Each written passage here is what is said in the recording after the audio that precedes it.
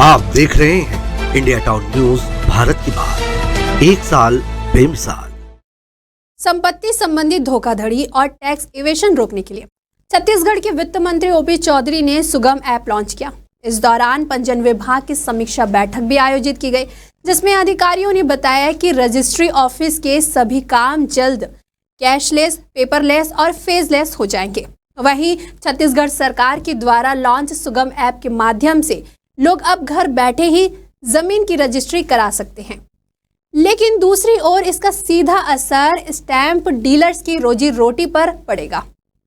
Vendors इसे बेरोजगारी का कारण बताते हुए तुरंत रोकने की मांग कर रहे हैं। चलिए जानते हैं कि सुगम ऐप आखिरकार है क्या और वेंडर इसका विरोध क्यों कर रहे हैं। नमस्कार, आप देख रहे हैं इंडिया टाउन न्यूज और मैं हूं आपके साथ रंजना राज।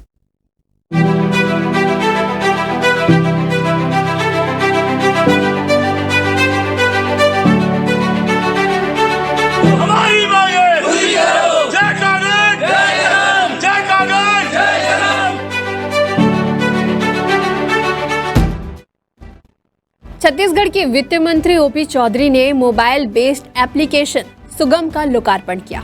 इस एप्लीकेशन में कोई भी व्यक्ति अपने रजिस्ट्रीकृत दस्तावेज के संपत्ति स्थल पर जाकर स्थल का 3 साइड से फोटो और भौगोलिक स्थिति को रजिस्ट्री सॉफ्टवेयर में एंट्री कर सकेगा।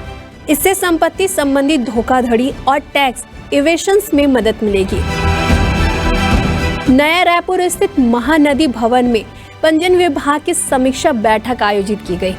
इस बैठक में वित्त मंत्री ओपी चौधरी ने विभागीय अधिकारियों को पंजीयन विभाग से जुड़े मामलों में पारदर्शिता लाने और जल्द से जल्द मामलों को सुलझाने का निर्देश दिया है।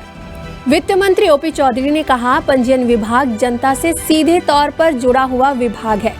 वर्क कल्चर ऐसा बनाए कि जनता को किसी भी तरीके की असुविधा ना हो। पंजीयन के इच्छुक पक्षकारों को किसी भी प्रकार की परेशानियों का सामना ना करना पड़े। पंजीयन विभाग में बिचौलियों के प्रवेश को रोके और ये सुनिश्चित करे कि बिना बिचौलियों के जनता किसी भी दस्तावेज की रजिस्ट्री कर सके।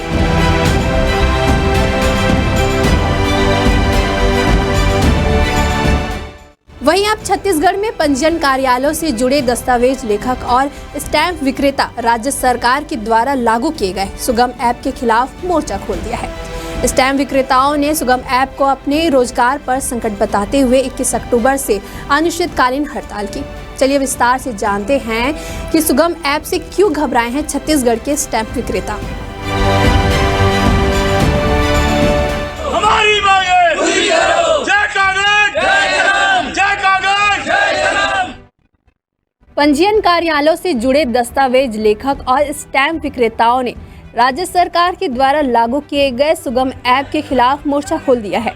स्टैंप विक्रेताओं ने सुगम ऐप को अपने रोजगार पर संकट बताते हुए सोमवार से अनिश्चितकालीन हड़ताल शुरू कर दिया है। वहीं राजनांदगांव के दस्तावेज लेखक और स्टैंप विक्रेताओं का कहना है कि सरकार ने उनकी कई पुरानी मांगों पर ध्यान नहीं दिया है। उनकी प्रमुख मांगे वेतनमान, आजीविका की सुरक्षा और विभाग में समायोजन से जुड़ी है, जिन्हें वे कई वर्षों से उठा रहे हैं। उन्होंने कहा कि सरकार के सामने अपनी मांगों को लेकर कई बार ज्ञापन सौंपे हैं, लेकिन कोई ठोस कदम नहीं उठाया गया है। सुगम ऐप के माध्यम से लोग घर बैठे रजिस्ट्री करा सकेंगे। संघ का कहना है कि नई तकनीकी योजनाएं जैसे सुगम ऐप दस्तावेज लेखकों और स्टैंप विक्रेताओं के लिए बड़ा संकट पैदा कर रही है। इस ऐप के माध्यम से लोग घर बैठे रजिस्ट्री करा सकेंगे, जिससे इनकी रोजी रोटी पर सीधा असर पड़ रहा है। संघ ने इसे बेरोजगारी का कारण बताते हुए इस योजना को तुरंत रोकने की मांग की है।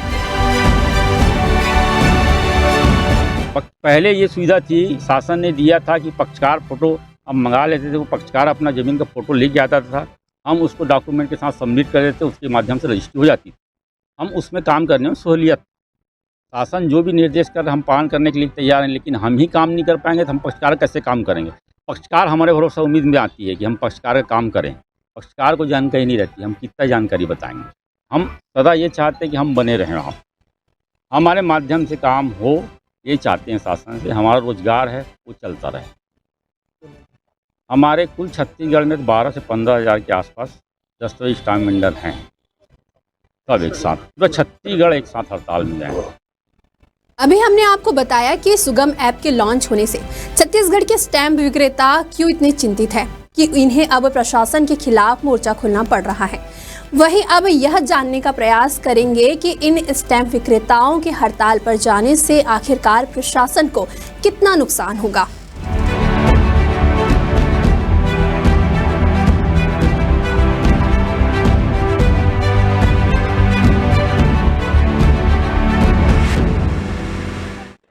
स्टैम्प विक्रेताओं की हड़ताल से सरकार को राजस्व का भारी नुकसान हुआ है। एक ही दिन में 1 करोड़ से अधिक रुपए का नुकसान हुआ है। जिले के अलग अलग तहसील कार्यालय में सोमवार को बैनामा भी नहीं हो सका है। सभी बैनामा वापस किए गए हैं। स्टैम्प वेंडरों के हड़ताल का सीधा असर राजस्व पर पड़ रहा है। वहीं हड़ताल की वजह से सोमवार को बैनामा नहीं हो सका है।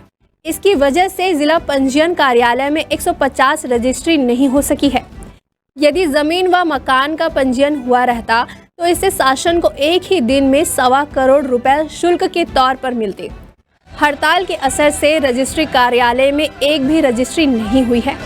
सप्ताह का पहला वर्किंग डे होने के कारण कम से कम 150 रजिस्ट्री होने की उम्मीद थी, जिससे 1.25 करोड़ रुपए रजिस्ट्री शुल्क शासन को मिलता, लेकिन रजिस्ट्री नहीं होने से ये शुल्क नहीं मिला है।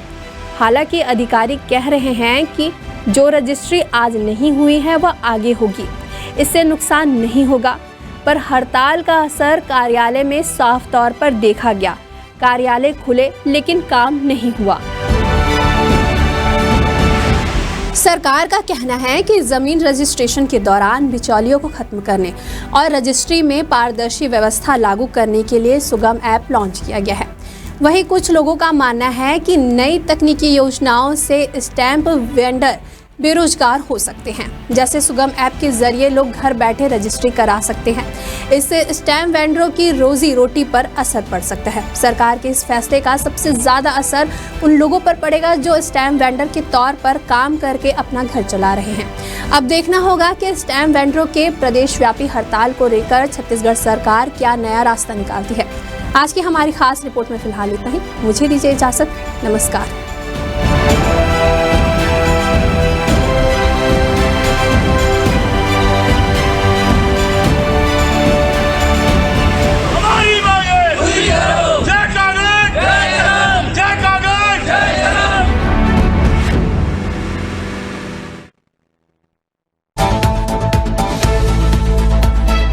आप देख रहे हैं इंडिया टाउन न्यूज भारत की बात। 1 साल बेमिसाल।